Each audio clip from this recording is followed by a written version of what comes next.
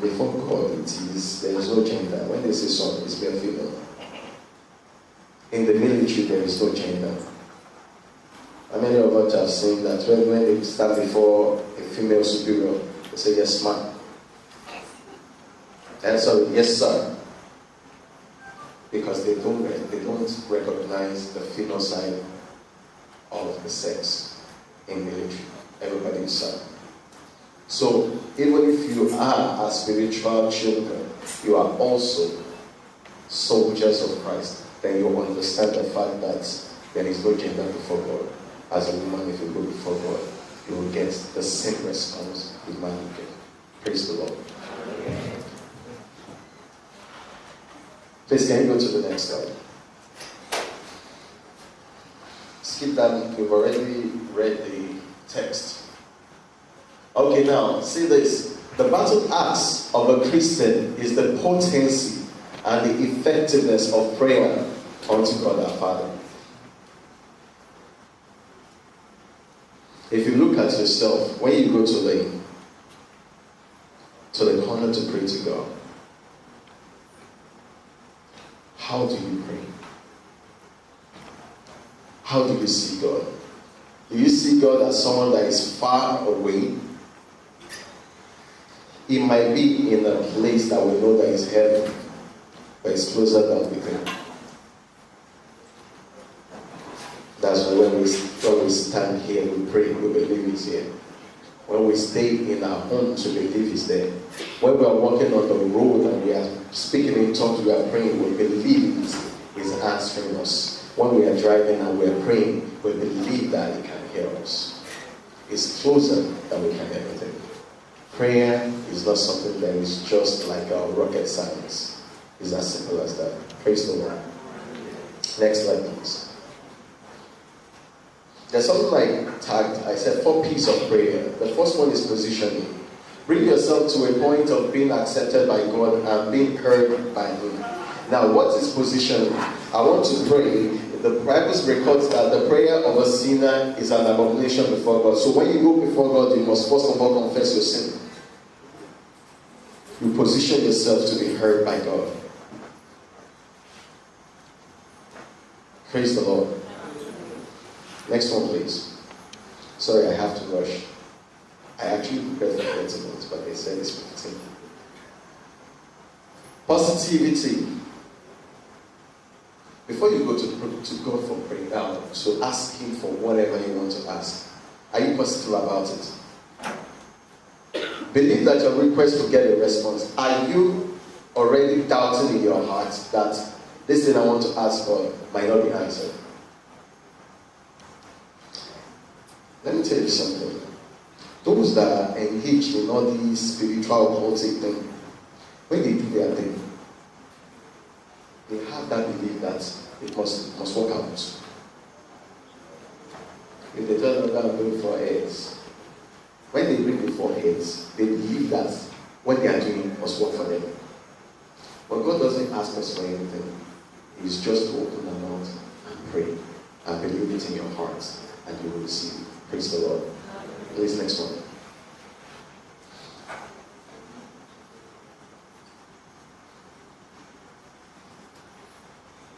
Power induced. Understand that you carry a positive power to make things happen through prayer. You are powerful. As a child of God, you are powerful. You carry something that when you open your mouth to pray, even the enemies get confused. That's why the enemies actually makes us to get too busy. Or makes us to form too busy, not to get too busy. We form being busy. Because we can always make time. If you can make time to chat with your friends on the phone, you can actually make time to chat with God. Praise the Lord. The power that you carry is a positive one, is a heavy one. It's something that the enemy sees and recognizes that something is happening and our team is going to scatter. Praise the Lord. Next one, please. Productivity. Understand that your prayer input is already bringing in a harvest. As you pray, believe that something is already happening. Remember the story of Daniel. He said, immediately you pray, you finish praying. The angel told him, immediately you finish praying, God has already answered the prayer. But the prince of Persia held it for 21 days. But for Daniel, it's an extra spiritual activity for him to fast on the next 21 days. So even when your prayer doesn't come, that's when the word persistency comes in. You keep going back to God. When your answer doesn't come, that's when persistency comes in. You keep going back to God and reminding Him of His promises. Reminding Him that He says, when I call upon Him, that He will answer. Even before I open my mouth, I'm already acting. That He's already acting. Praise the Lord. Next one, please.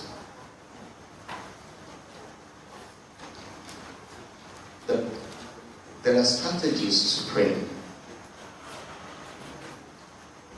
The need to be strategic in prayer is key as we are at war with a vicious enemy. When people want to go to battle, do they do strategic planning? They do. Now, US is already moving to the border of North Korea. China is already doing some exercise. And different countries are moving just because of one country, North Korea. But they are doing their drills. They are planning. They are bringing in jet bombers. They are bringing in warships and all that. That's strategic. So before you go to prayer, it's strategic. The first one is offensive. You can take the word to the enemy. You can take the word to the enemy. Don't wait for the enemy to attack you. Take it to the enemy. The next one is preventive. Pray against recurring, oncoming issues. In your family, maybe an example. There are things that are occurring. My grandfather didn't make it in life. He struggled until he died. No, not my grandfather. My grandfather was actually rich. Someone's grandfather didn't make it in life. And the father didn't make it too. They both struggled. The uncles also struggled. There is something wrong. Pray, even as you are growing up, that your own case will not be the same. You can prevent some things from occurring. Or some people notice that in their family, there is one auntie that didn't get married. They now told her that one of their grand aunties too didn't get married. And the person is already getting of age. You pray against some things. Because there are things from the pots, from the oven of the enemies that hold people down.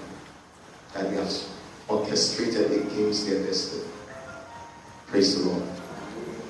Then the final one is defensive. Respond to the enemy's attack. If someone comes around you and places a person, you straight away respond. Even though the Bible says a causeless cause shall not stand. But there are some things that even when you are the orchestrator, is there anything like that? Yeah. When you are the orchestrator of that curse, you can still break it. Praise the Lord. Praise God. Please, next. Why should I pray? Number one is a command. 1 Thessalonians 5:17 says, pray without ceasing. It's a command. Now, if God gives a command and we are not doing it, what are we doing? Is it a sin? The Bible says where there is no law, there is no sin. So when there is a command and you don't carry out the command, means you're already going against the instruction of God. Praise the Lord. Number 2, it serves as a shield. You know, there is, during the Gulf War, George Bush, when George Bush Sr. was in power, there was something that US used, and I've not heard of it up till now. If the enemy fires a missile against their ship, let's assume this is their ship. The missile gets to this point and drops. It doesn't touch the ship. Yeah. It drops and detonates. That's what you call shield, false shield. So when you pray, you are creating a shield round about you that when the enemy strike, they will just see the barriers and they will say, yeah, that guy, I'm tired of going to him. The devil doesn't give up. The only thing is he might just change the agent to bring a stronger agent. But as long as you keep praying, you are fortified. Praise the Lord. It draws you closer to God. When you pray, you are consistently talking to your Father. I say you can chat to your Father. See, that our dad is not Idi Amin. He's not Abacha. He's not Mugabe. He's a lovely Father. So you can have your own pattern, your own style of prayer, how you communicate with him. The way, because I have a relationship with Pastor Darry now, there are times that I can just show him, I can just kick him. We talk. The same way you can have your personal relationship with the Father, you have your own style of communication with the Father. There's someone, Grace, there was a time Grace was saying that the way she talks to the Father, you would think she's talking to her pal. So you need to develop that relationship. Praise the Lord. You receive divine revelations. Before things happen, God shows you. Before things happen, God speaks to you. You see about your school, He tells you, oh, I want to get into the university. Lord, I'm praying. And the next thing, which course will I study? Which course will I go for in this university? And the next thing, the prayer comes in the form of a vision. You see yourself attending to patients. As you be a doctor. So you see yourself constructing something. An engineer. God is concerned about the little details of our lives. All we need to do is open our mouth and just talk to Him. Praise the Lord.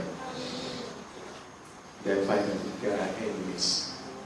In your school, there are enemies. See, don't think everybody that you call friends in school are your friends. There are lecturers that can want to just frustrate your destiny. If you don't put your mouth to pray, you will allow them. I've heard of situations, stories. The lecturer said the girl will not graduate. You know the story, all those kind of things. And the girl went to pray. And don't give the lecturer a temporary assignment. Sickness. And the guy was away. Another lecturer marked was books. And the girl passed. God can send the enemy on assignment just for you to scale through. All you need to do is open your mouth and talk. They say a problem shared is what? That's with man. But a problem shared with God is fully solved. Praise the Lord. Please, next slide. Next slide. What prayer is not? Prayer is not a bondage. Some people feel, because I've not prayed right now, my life.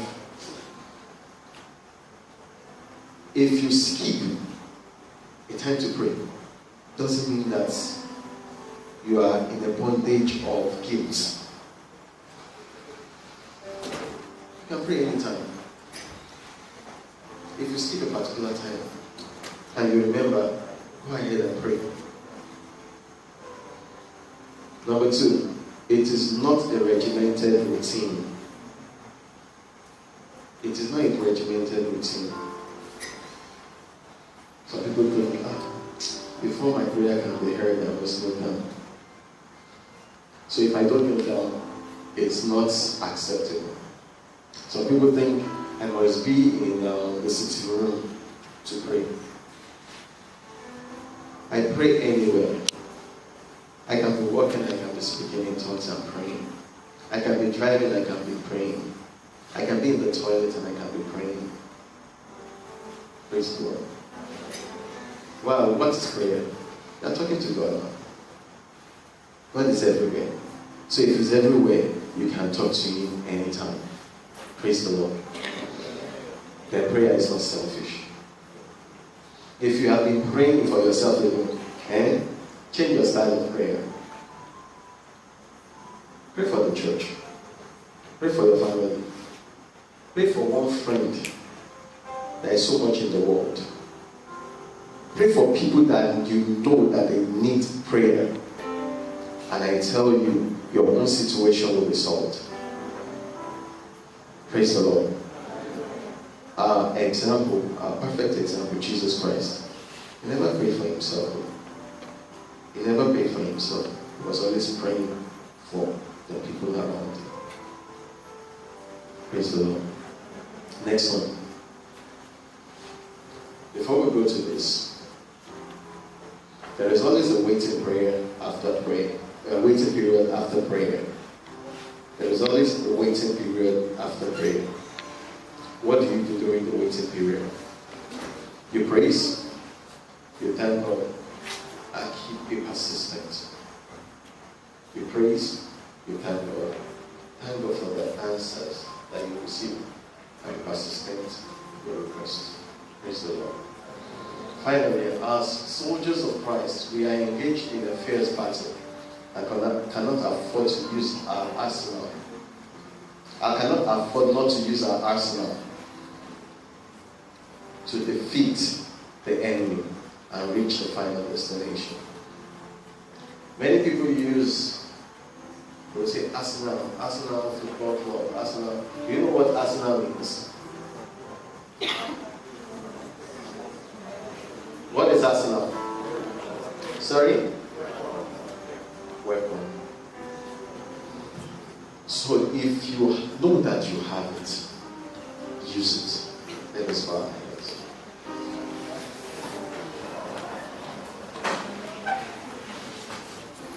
We have said it.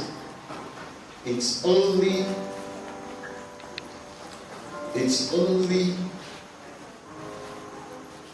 the bona fide children that get hurt.